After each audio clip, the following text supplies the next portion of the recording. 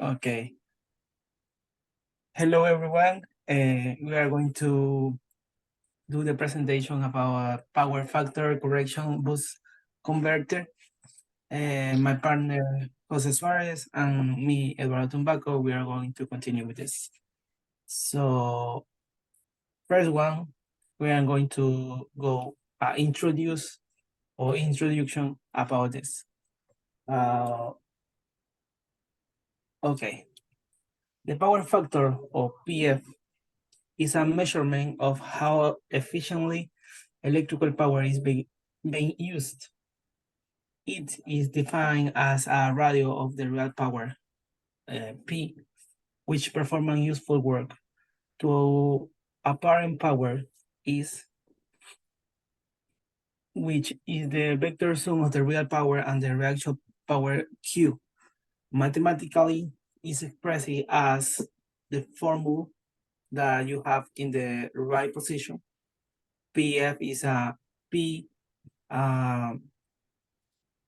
divided to S. And this one is the cosine of the phi. Okay. Where the phi is the phase angle between the voltage and current. A PF, or power factor, of 1 or 100 indicate that all the supply power is being used efficiently, while a lower PF, or power factor, indicate the presence of the reactive power that does not perform a useful work and increase system loss. Okay. Well, in the problem with the low power factor, low power factor can cause several issues in electrical system, such as current overload, higher current increases resistive losses, E2E inductors, component overload, transformer generators, and other equipment may need to be oversized to handle to the additional apparent power. Harmonic distortion. Nonlinear devices such as rectifier without PFC can generate harmonics that distort the current waveform. Okay. Okay. In the third slide, we have the different power factor corrections. In this case, we have two ways to do this. The first one is the passive way. The passive way use the passive component such as inductor, capacitors to improve the power factor. These are simple and robust, but tend to large and heavy, and are not effective across the wide range of loads and operating conditions. For the other case is the active way.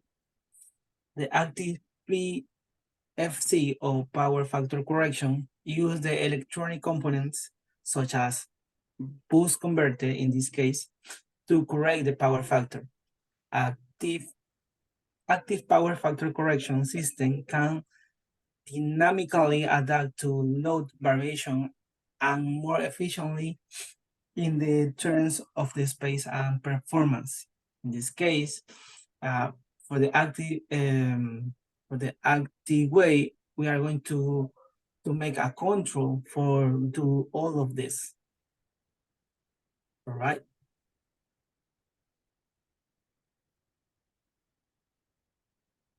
Okay. In the operating principle of the boost converter, we have that a boost converter is a type of a DC-DC converter that decreases the input voltage to a higher output voltage. It is composed of the following basic components. Inductors store energy when the switch is closed and release it when the switch is open. Switch. Usually a power transistor, it's control the current flow through the inductor. The other, allow the current to flow in the only one direction, preventing the current from following back into the input circuit. And capacitor filter the replies in the output voltage. How to see in the circuit and the Ah,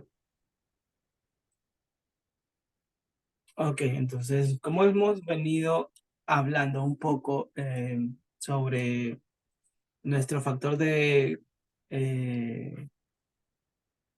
nuestro factor de potencia, la corrección del factor de potencia, en este caso de una forma activa, que es cuando vamos a usar los, se me fue, los boost converter o los convertidores de CDC.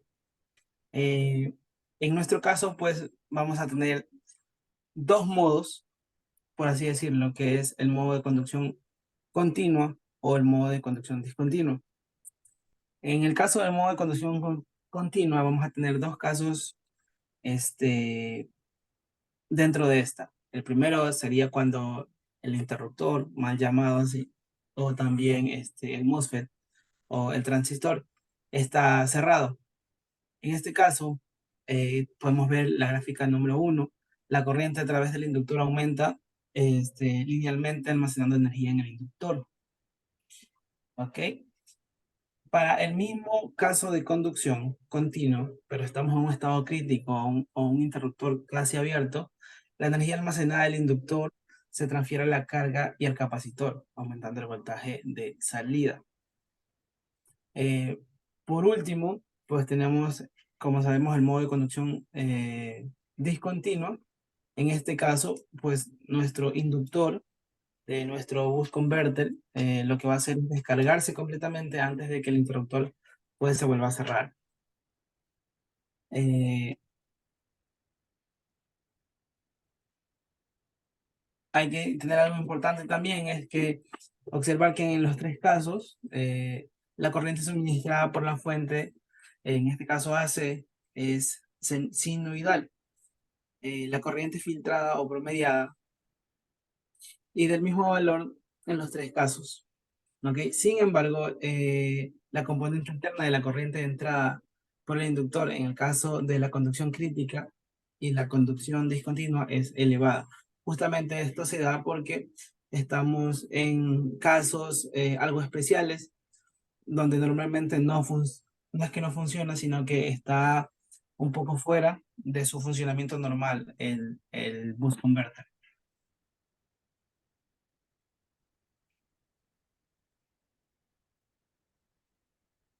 Bueno, ahora hablemos un poco de lo que es el diseño del circuito de corrección del factor por potencia usando un convertidor o bus converter. Bien, tenemos que el inductor es uno de los componentes más críticos en el diseño de un convertidor bus. La selección del inductor se basa en las siguientes consideraciones. El valor de la inductancia debe ser lo suficientemente grande para recuperar el valor del convertidor, que opere en modo de conducción continua. Tal como le indicaba un compañero en las imágenes que vimos anteriormente, pues hay una parte en donde la corriente pues se asienta sobre lo que es la parte continua de nuestra alimentación y se alinea sobre esta, ¿no? Formando lo que es una señal sinusoidal, que se asemeja a la que vemos ahora en la imagen en la parte izquierda, donde podemos ver que la corriente se mantiene en un nivel de C superior, pero que a la vez no llega a topar a cero, sino que se mantiene entre un rango máximo y un rango mínimo superior a cero. La inductancia mínima puede ser calculada utilizando la siguiente fórmula, ¿no? El voltaje inicial o de entrada por el voltaje de la salida menos el de la entrada sobre la corriente, siendo la frecuencia de troceo por el diferencial de la corriente. Como podemos ver en la gráfica también tenemos otros datos muy importantes, ¿no? Como son el T-on y el T-off. ¿A qué hace alusión esto? Pues el tion hace alusión al tiempo de conducción de nuestro MOSFET, que va a ser el encargado de switchar o activar el paso de corriente hacia la parte izquierda hacia la parte derecha del circuito o donde podríamos decir que está ubicada la carga, ¿no? Y por otro lado, el TIOF es su recíproco. En este lapso de tiempo va a estar apagado el MOSFET y la corriente ya no va a ir hacia la carga, sino que va a ser en sentido contrario, hacia la alimentación. Esto tampoco va a alimentar de alguna manera la fuente de alimentación, sino que es una manera de descargar el circuito como tal. Tenemos la frecuencia de troceo, pues que es la suma de ambos tiempos, ¿no? El tion y tiof, que es el periodo como tal. Y bueno, la frecuencia y el periodo, que es el inverso de la frecuencia. Bien,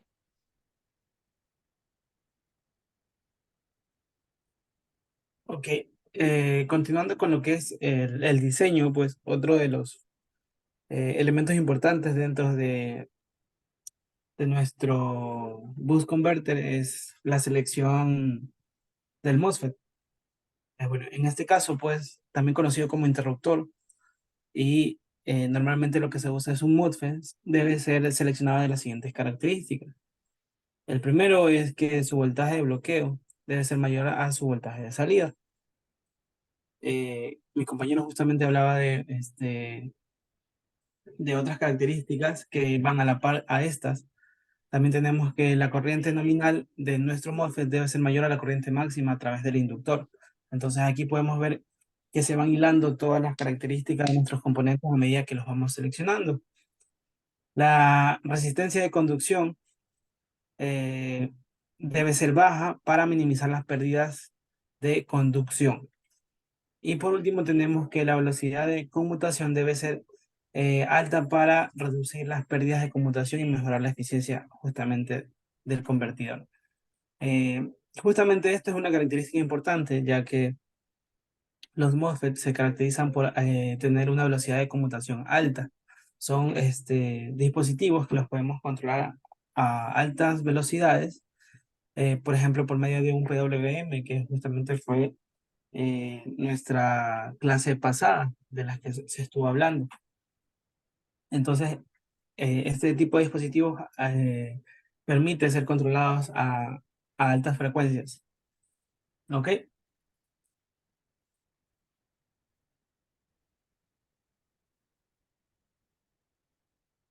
bien. Otro parámetro que tenemos que tomar en cuenta es la selección del diodo como tal. En este caso, el diodo lo que se va a encargar es de devolver la energía que almacena la carga como tal y llevarla en sentido contrario, ¿no? Esta es la parte en la que toda la energía y la corriente se regresa a la parte de la fuente de alimentación. Y también es cuando tenemos el switch o nuestro MOSFET que se encuentra en sentido abierto, ¿no? De tal forma que el único sentido de corriente va a ser hacia la parte izquierda del circuito. ¿Cuáles son estas características que tenemos que tomar en cuenta? Pues que el diodo debe ser un diodo de recuperación rápida o diodo Schottky con las siguientes especificaciones. Voltaje de bloqueo debe ser mayor que el voltaje de salida BU. La corriente nominal debe ser mayor que la corriente máxima de salida. Y el tiempo de recuperación inversa debe ser lo más corto posible para minimizar las pérdidas de conmutación. Como ya había mencionado, pues entre los parámetros más importantes están la frecuencia de troceo, el tiempo de encendido y el tiempo apagado del MOSFET. Esto va a hacer que el circuito entre en una constante intermitencia, se podría decir, ¿no? En cuanto a la dirección de la corriente, el voltaje de salida y la presencia de la carga va a hacer que que este valor de corriente pues sea más grande o más pequeña dependiendo de la interacción del MOSFET en conjunto con la carga, pues vamos a necesitar en algunos de los otros casos pues un diodo de recuperación que sea un poco más efectivo que en otros casos dependiendo de la carga.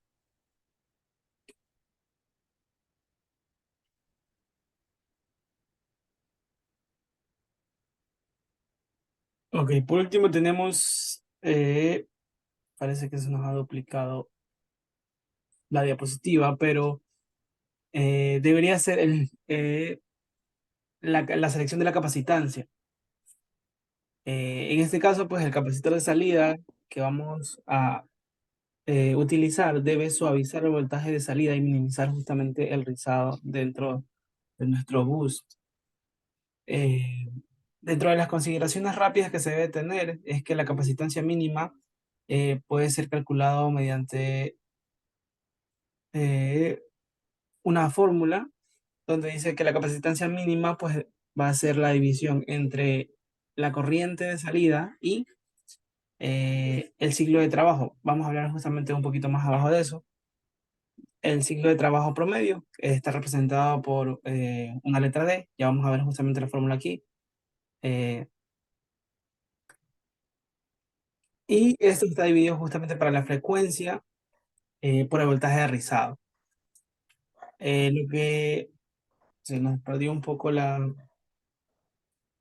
slide, pero estas fórmulas que ustedes ven acá son justamente fórmulas importantes para lo que es la capacitancia, dentro de las cuales tenemos justamente el ciclo de trabajo del convertidor, que se lo determina justamente de la siguiente manera, como lo están viendo a continuación, así mismo como la corriente promedio y la corriente promedio de rizado del inductor, que son justamente fórmulas que se usan dentro de la capacitancia, aunque lamentablemente no las hemos podido ver justamente ahora. Y por último, lo que tenemos es nuestro esquema general de nuestro booster. A continuación, mi compañero pues va a terminar de dar la presentación. Ok, tal como mencionaba mi compañero, pues este es un diagrama perteneciente a un bus converter, donde es un diagrama del circuito de recorrección del factor de potencia, ¿no?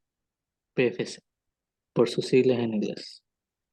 Utilizando un controlador electrónico, y a continuación voy a describir un poco cada uno de sus componentes y su función. Como como primera instancia, o como primer componente, tenemos que la línea de corriente de AC, la línea C, que es la entrada de corriente alterna como tal. Luego tenemos el puente rectificador, que se va a encargar de tomar la corriente alterna y convertirla en corriente continua de C. Este, en serie a eso tenemos el inductor, el cual se va a ser el encargado de almacenar la energía en forma de campo magnético y ayuda a suavizar la corriente. Como siguiente elemento tenemos el transistor, o en este caso que tenemos un MOSFET, ¿no? Que actúa como interruptor controlado por el sistema o el bloque controlador que se encuentra en la parte inferior, ¿no? Este será el encargado pues, de enviar la frecuencia de troceo con todos los tiempos tanto de encendido o apagado para determinar una corriente DC pues, más estable hacia la salida. Tenemos el diodo que permite paso de corriente en una sola dirección, haciendo las veces también de rectificador para la corriente. Tenemos el capacitor o condensador que almacena la energía en forma de campo eléctrico y ayuda a suavizar el voltaje de salida, ¿no? Por último tenemos la carga, ¿no? Que es el dispositivo componente que consume la energía eléctrica. Aquí no se puede ver un poco lo que es la carga típica que solemos encontrar en las industrias, pero como hemos visto en ejercicios anteriores, esta se basa principalmente en una resistencia, una inductancia y una fe, ¿no? Que es la típica carga que solemos o estamos acostumbrados a visualizar en diferentes aparatos de medición para lo que es un motor eléctrico. Tenemos la resistencia del sensor, que mide la corriente que pasa a través del circuito. El controlador que había mencionado anteriormente, que es el componente principal que regula el funcionamiento del transistor o MOSFET y ajusta la operación del circuito para mantener la eficiencia y corrección del factor de potencia.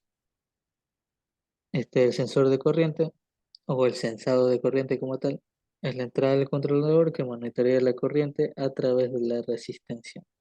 es RS, la cual tiende a ser muy pequeña, ¿no? Esta va a ser como una resistencia de carga o de medición para hacer la medición y que, que este parámetro de corriente sea censado directamente por el controlador. También tenemos el sensor de voltaje, que es más de lo mismo, ¿no? En la entrada del controlador que mantendrá el voltaje en la salida de nuestro circuito. Finalmente tenemos el wave for input, que es la parte de rectificación o la onda de entrada. Es la forma de onda para el controlador que puede ser usada para la sincronización o referencia. Este controlador utiliza la información de corriente y el voltaje para ajustar el ciclo de trabajo del transistor o MOSFET, asegurando que el voltaje de salida VO sea regulado y que el factor de potencia sea corregido, mejorando la eficiencia del sistema. Bien, con todo esto damos por terminado lo que es la parte del literal 1 en la tarea 4, correspondiente de la materia de electrónica de potencia 2. Gracias por su atención. Gracias.